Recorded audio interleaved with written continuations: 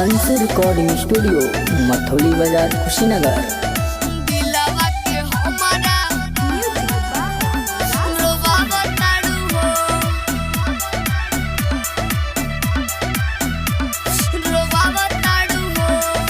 हमारा से कोई लुगादारी मन करे दी तो है गारी गारी। अरे सनम हमारा से कोई लुगादारी मन करे दी तो है गारी। हमारा से नहीं बतियावा तारू हो दिन भर बहाना बनावो तारू हो रोवावो तारू हो रोवावो तारू हो दिलवा के हमारा रोवावो तारू हो।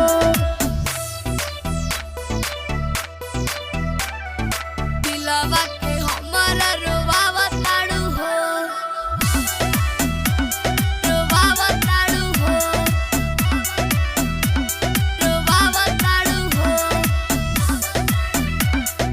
दिलवा के हमारा रोवावो तारू हो। बड़ी डर पावता तोहर याद हो जिंदगी में हमारा हो गइल सुनसान हो जिंदगी में हमारा हो गइल सुनसान हो। निक नहीं लागता गौआ बाजार हो लूट गइल बाटे गोरी दुनिया हमार हो। हमारा से नहीं बतियावा तारू हो दिन भर बहाना बनावा तारू हो रोवावो तारू हो रोवावो तारू हो दिलवा के हमारा रोवावो तारू हो। दिलवा के हमारा रोवावो तारू हो रोवावो तारू हो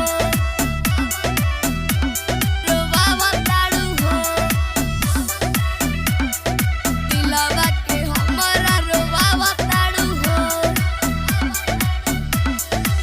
गौतम राइटर से कोइलू तू दागा ओकर विचार भगवान करिहे आगा ओकर विचार भगवान करिहे आगा। दिलवा के तोड़ गइलू दिहलू जखम हो तोरा चक्कर में बर्बाद बानी हम हो। लकिया के दिल से हटावा तारू हो दिन भर